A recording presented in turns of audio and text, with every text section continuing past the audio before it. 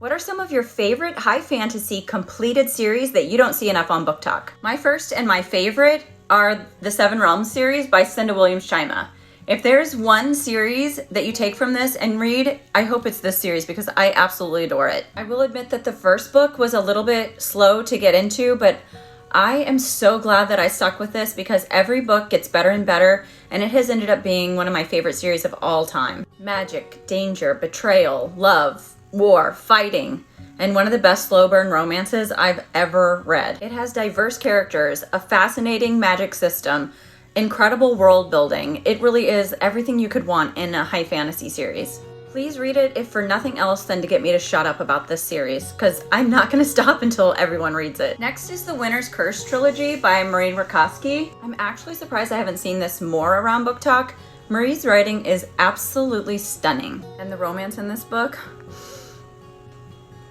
oh my god. There are plot twists, betrayals, loyalties, political intrigues, music, duels, friendships, lies, more lies, and the characters are some of the most multi-dimensional characters that I've ever seen. The next one is the Girl of Fire and Thorns trilogy by Rae Carson. I have literally never seen this series on Book Talk at all, and I'm actually kind of surprised.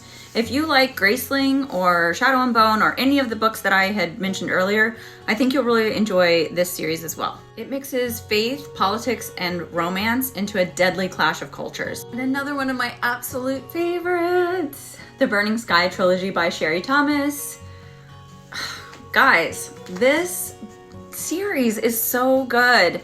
The romance is one of my favorite romances of all time. Friends to enemies to friends to lovers?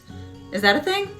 Because that's what this thing is. Sherry Thomas writes adult romance, so she knows how to write a romance in a book. But that doesn't mean that she doesn't also understand how to make an amazing world. I always say that if Harry Potter had a good history of magic teacher, they would have had this book in their history of magic class. Last but definitely not least is the Lumiere Chronicles by Melina Marchetta. I'm almost out of time, but this was the best one in the series. There was amazing character development in it, and the world building was phenomenal. I'd love to hear what your favorites are, so stitch this or drop them in the comments.